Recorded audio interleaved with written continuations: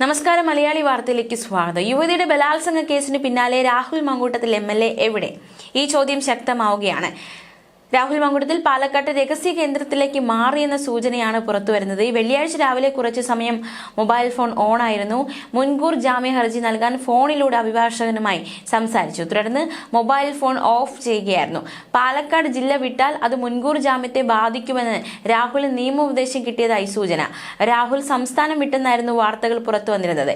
എന്നാൽ പാലക്കാട് ജില്ലയിൽ തന്നെ MLA തുടരുന്നുണ്ട് എന്നതടക്കമുള്ള പുതിയ റിപ്പോർട്ടുകൾ പുറത്തുവരികയാണ്. അതേസമയം MLA ഔദ്യോഗിക വാഹനം താമസിക്കുന്ന ഫ്ളാറ്റിൽ ഉണ്ട് എന്നും വിവരമുണ്ട്. ഈ താമസ സ്ഥലത്തു നിന്നുമാണ് സുഹൃത്തിന്റെ വാഹനത്തിലേക്ക് മാറിയത് എന്നാണ് മനസ്സിലാക്കാൻ സാധിക്കുന്നത്.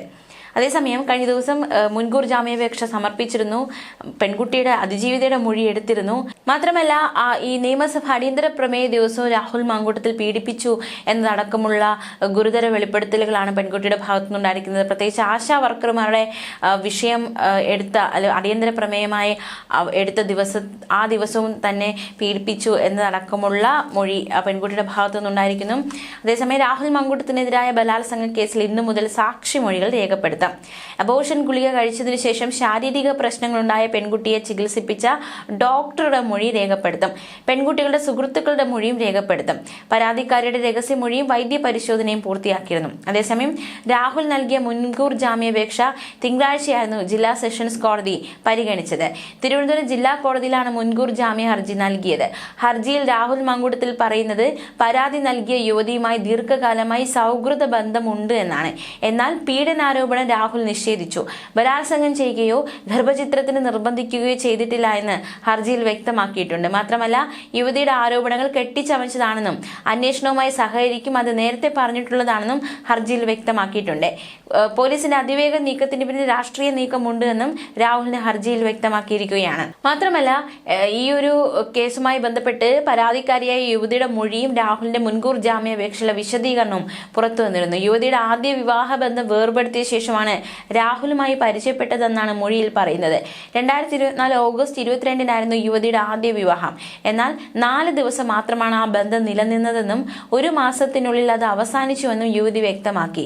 വിവാഹിതയായിരിക്കെ രാഹുലുമായി ബന്ധം സ്ഥാപിച്ചുവെന്ന രാഹുൽ അനുകൂലിയുടെ പ്രധാന വാദത്തെ യുവതിയുടെ ഈ മൊഴി തള്ളിക്കളയുകയാണ്. യുവതിയുടെ പരാതിയിൽ ജാമ്യമില്ലാ വകുപ്പുകൾ ചുമത്തി പോലീസ് കേസെടുത്തതിന് പിന്നാലെ രാഹുൽ മങ്കൂട്ടത്തിൽ മുൻകൂർ ജാമ്യാപേക്ഷയിൽ ചില കാര്യങ്ങൾ സമ്മതിച്ചിട്ടുണ്ട്. ഗർഭധാരണത്തിനും ഗർഭചിത്രത്തിനും യുവതിയെ നിർബന്ധിക്കുകയും ഭീഷണിപ്പെടുത്തുകയും ചെയ്യുന്ന പുറത്തുവന്ന ശബ്ദരേഖകൾ തന്റേതാണെന്ന് രാഹുൽ സമ്മതിച്ചു. തന്നെ കൊടുക്കാൻ യുവതി റെക്കോർഡ് ചെയ്തതാണ് ഈ ശബ്ദരേഖയെന്ന് വാദിക്കാനാണ് അദ്ദേഹം ഇത് അംഗീകരിച്ചത്. യുവതിയുമായുള്ള ലൈംഗിക ബന്ധവും ഭ്രൂണഹത്യയും പോലുള്ള ആരോപണങ്ങളും രാഹുൽ സമ്മതിച്ചു.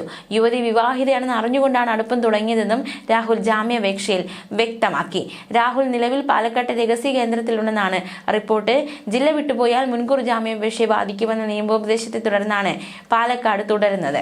അതേസമയം തിരുവനന്തപുരം സിറ്റി കമ്മീഷണർ തോംസൺ ജോസിന്റെ നേതൃത്വത്തിലുള്ള പ്രത്യേക അന്വേഷണ സംഘം ഇന്ന് കേസ് ഏറ്റെടുക്കും. രാഹുൽ മങ്കൂട്ടത്തിനെ കണ്ടെത്താനുള്ള ഒരു നീക്കത്തിലാണ് പോലീസ് ആയിരിക്കുന്നത്. വിമാനത്താവളങ്ങളിൽ പ്രത്യേക അറിയിപ്പ് നൽകിയിട്ടുണ്ട്. വിദേശത്തേക്ക് കടക്കാതിരിക്കാൻ ലുക്കൌട്ട് നോട്ടീസ് ഉടൻ പുറത്തിറക്കുകയുണ്ടായി.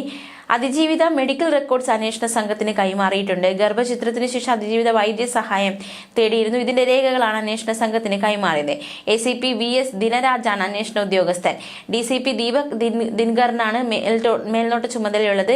കേസ് രജിസ്റ്റർ ചെയ്തിട്ടുണ്ടെന്നും അതിൽ കൂടുതൽ അന്വേഷണം നടക്കുകയാണെന്നും Thiruvananthapuram city police commissioner Thomson Jose പറഞ്ഞു. കൂടുതൽ കാര്യങ്ങൾ ഇപ്പോൾ പുറത്തു പറയാൻ സാധിക്കില്ല. സ്പെഷ്യൽ ടീം ഉടൻ തന്നെ സജ്ജമാകുമെന്നും അദ്ദേഹം പറഞ്ഞു. അതേസമയം രാഹുൽ പാലക്കാട് രഹസ്യ കേന്ദ്രത്തിലുണ്ടെന്നാണ് റിപ്പോർട്ട്. എന്തായാലും അതിലൊരു വ്യക്തത വരേണ്ടതായിട്ടുണ്ട്. ഇന്ന് മുൻകൂർ ജാമ്യാപേക്ഷ പരിഗണിക്കുന്നുണ്ട്. നിയമോപദേശമൊക്കെ തേടുന്നുണ്ട്. എന്തായാലും MLAയുടെ ഔദ്യോഗിക വാഹനം താമസിക്കുന്ന ഫ്ളാറ്റിൽ തന്നെയുണ്ട്. അതേസമയം ഈ ഒരു വിഷയത്തിൽ, അതായത് പരാതിക്കാരി പരാതിയുമായി രംഗത്ത് വന്നപ്പോൾ സാമൂഹ്യ നിരീക്ഷക അഞ്ജു പാർവതി പ്രബീഷ് വിഷയവുമായി ബന്ധപ്പെട്ട് പങ്കുവച്ചൊരു ഫേസ്ബുക്ക് കുറിപ്പിലേക്ക് കൂടി നമ്മൾ പോവുകയാണ്. ഫേസ്ബുക്ക് കുറിപ്പിന്റെ പൂർണ്ണരൂപം ഇങ്ങനെ: ഇത് തന്നെയായിരുന്നു ശരിയായ വഴി.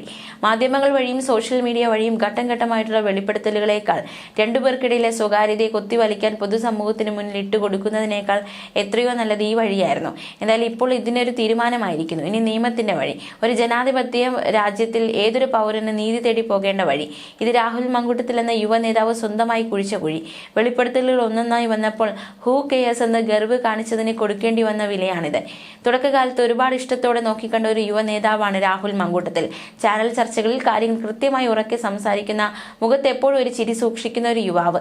അയാൾ പാർട്ടിക്ക് ഒരു മുതൽക്കൂട്ടാണെന്ന് തന്നെ തോന്നി. പക്ഷേ തനിക്ക് കിട്ടിയ ജനസമ്മതി, പാർട്ടിക്കുള്ളിൽ നിന്ന് കിട്ടിയ പരിഗണന, സ്ഥാനം, ഇതൊക്കെ വെച്ച് നല്ലൊരു റോൾ മോഡൽ ആകുന്നതിന് പകരം അയാൾ ശ്രമിച്ചത് റോമിയോ ആകുവാനാണ്. അയാളുടെ പ്രണയം, ലിവിംഗ് റിലേഷൻഷിപ്പ്, അതുവഴി സംഭവിച്ച ഗർഭം, അതിപ്പോൾ കുരുക്കായിട്ട് അയാൾക്ക് മീതെ തന്നെ വന്നിരിക്കുന്നു. കോൺസെൻഷ്വൽ ആയിട്ടുള്ള ആ ഒരു ബന്ധത്തിന്റെ നെല്ലും പതിരും ഇനി കോടതി തീരുമാനിക്കട്ടെ. ഇപ്പോഴും അവർ ആരാണെന്ന് പൊതുസമൂഹത്തിന് അറിയില്ല. MLA ആയതിനു ശേഷം ഉണ്ടായ മനംമാറ്റമാണോ ഇവരുടെ റിലേഷൻഷിപ്പ് തകരാൻ കാരണമെന്നും അറിയില്ല. എന്തായാലും പുറത്തു വന്ന ഓഡിയോ ക്ലിപ്പുകൾ, ഡിജിറ്റൽ തെളിവുകൾ, ഇതെല്ലാം ഇപ്പോൾ കേസിന്റെ ഭാഗമായി മാറിയ സ്ഥിതിക്ക് കോടതി തീരുമാനിക്കട്ടെ. നീതിയും ധർമ്മവും അത്രയേ ഉള്ളൂ. ഉപ്പ് തിന്നവർ ബക്കറ്റ് കണക്ക് വെള്ളം കുടിക്കട്ടെ.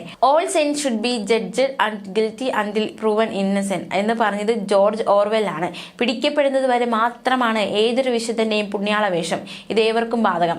ഇപ്പോൾ പുണ്യാളവേഷം കെട്ടി ആടുന്ന ഓരോ കാട്ടുകോഴികൾക്ക് മീതെയും ഇതിലും വലിയ ചാറ്റ് സ്ക്രീൻഷോട്ട് വാളുകൾ തുടങ്ങി കിടപ്പുണ്ട് എന്ന് ഓർക്കുക. അതുകൊണ്ട് ജാഗ്രത. അപ്പോൾ തൽക്കാലം ശബരിമല സ്വർണ്ണക്കുള്ള കഥം ടാറ്റ ബൈ ബൈ എന്ന് പറഞ്ഞാണ് അഞ്ജു പാർവതി പ്രവീഷ് ഫേസ്ബുക്ക് കുറിപ്പ് അവസാനിപ്പിച്ചിരിക്കുന്നത്. ന്യൂസ് ഡെസ്ക് മലയാളി വാർത്ത.